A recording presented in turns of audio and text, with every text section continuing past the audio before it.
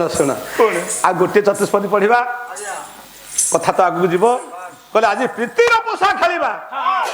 କବି ହଉଛନ୍ତି ଆପଣ ମାନଙ୍କର ବିଜୟ କୁମାର ସାହୁ। ବାସର ରାତିରେ ଆପଣ ପୋଷା ଖେଳିବେ? ହଁ ଘରେ ଯଦି ବାସର ରାତିରେ ପୋଷା ଖେଳୁଥିଲେ ଆଜି ବସ୍ ବୁଝୁଛୁ ମୁଁ ପାଳିଆ ଲୋକ। ପ୍ରୀତିର ପୋଷା ଖେଳିବା କବି ହେଲେ ବିଜୟ କୁମାର ସାହୁ। ଯୋଉ ଚତୁଷ୍ପଦୀ କି ଗାଇଥିଲେ ଆମର ଗାୟକ ରତ୍ନ ସ୍ୱର୍ଗତ ପ୍ରଭାତ କୁମାର ସାହୁ, ଯୁବ ଗାୟକ, ଭଲ ଗାୟକ ଆଜ୍ଞା। ଚାଲିଗଲେ ତ ପ୍ରଭୁର ବିଡମ୍ବନା। ସେଇ ଭିତରେ ବାଜା ବଜେଇଥିଲା ଏଇ ପୁଅ ରାଜୁ, ତୁ ବଜେଇଥିଲୁ ଟି? ପ୍ରଭାତ ସାହୁ ସାଙ୍ଗେ ଥିଲୁ ତ? କଣ ସେଇ ଗୀତ ଟିକେ ଆଜି ପଦ ହେଇଯାଉ। ଜୀବନରେ ସେ କମ ଗାଈକୁ ଖାଇ ଖାଇ ଆଇଲାଣି, ଏଇଠି ଢୁକିଛି। ମତେ ଖାଇବ ନା କଣ? କହିଲେ ଆସ ଆସ ପ୍ରିୟତମା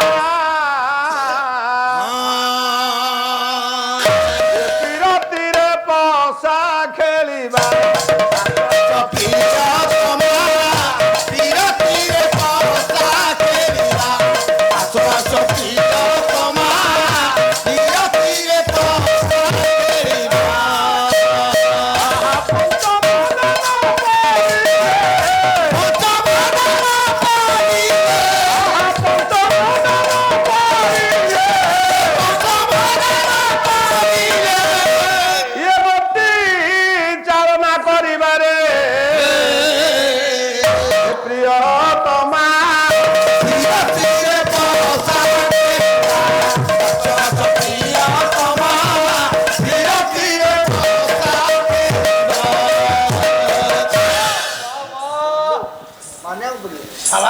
କଣ ଆପଣଙ୍କ ଦେଖିଲେ ବାସର ରାତିରେ ମାନ ଖେଳୁଥିଲେ ଏମିତି ଖେଳୁଥିଲେ?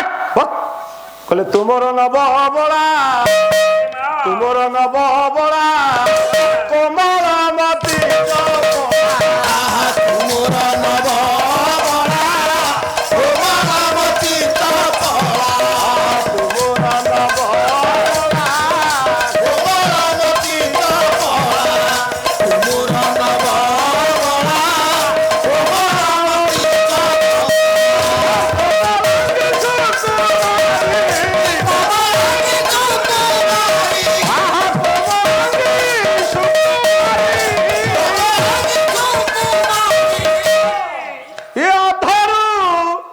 ମଧୁ ପିଇବାରେ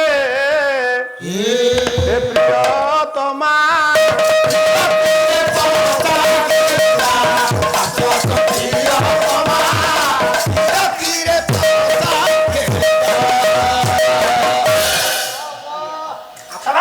ଆପଣଙ୍କ ଗୀତକୁ ହଁ ଆଉ ମ୍ୟୁଜିକଟା ମାନିବାକୁ ପଡିବ। ବାଛି ବାଛି ଗୋଟେ ଗାୟକ ଆଣିଛ। ନାଇଁ ନାଇଁ ଭଲ ଭଲ ଗାୟକ, ଭଲ ଗାୟକ। ଛାଡିବ ଦେବୀ ଆଜିର ପ୍ରୀତିର ପୋଷା ଖେଳରେ ତମେ ଯଦି ହାରିବ କଣ ହବ? ତମେ ଜିତିଲେ କଣ ହବ?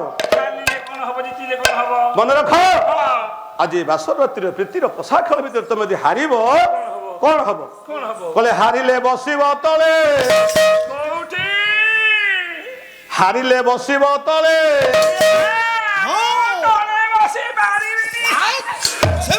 ଜିତିଲେ ବସି